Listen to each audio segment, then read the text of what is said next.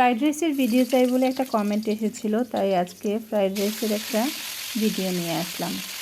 প্রথমে আমি আদা ও রসুন কুচি দিয়ে ভেজে নিয়েছিলাম, আর এখানে চিকেনটা ম্যারিনেট করে নিয়েছিলাম সয়া সস, লবণ আর সামান্য গোলমরিচের গুঁড়া দিয়ে। এখন আমি চিকেনটাকে ভেজে নিয়ে সাইডে রেখে দিলাম। আর দুটো ডিম আমি ভেজে নিব।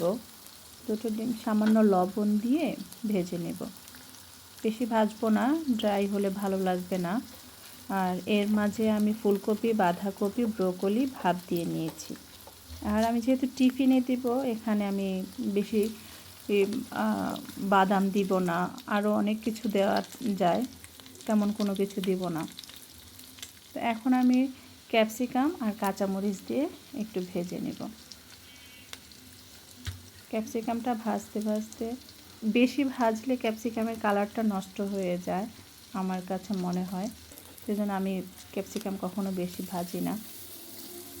এখন আমি কিছু গাজর গ্রেট করে দিলাম, আর রাইসটা রান্না করা ছিল সেই রাইসটাকে দিয়ে দিলাম, আর পরিমাণ মতো লবণ দিলাম, আর ভাপ দিয়ে নেওয়া সব সবজিগুলো দিয়ে দিলাম।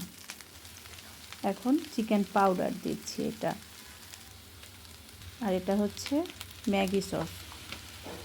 সয়া সস এক্সট্রা আর দিব না, শুধু ম্যাগি সসটাই দিব। এখন নেড়ে চেড়ে নিব।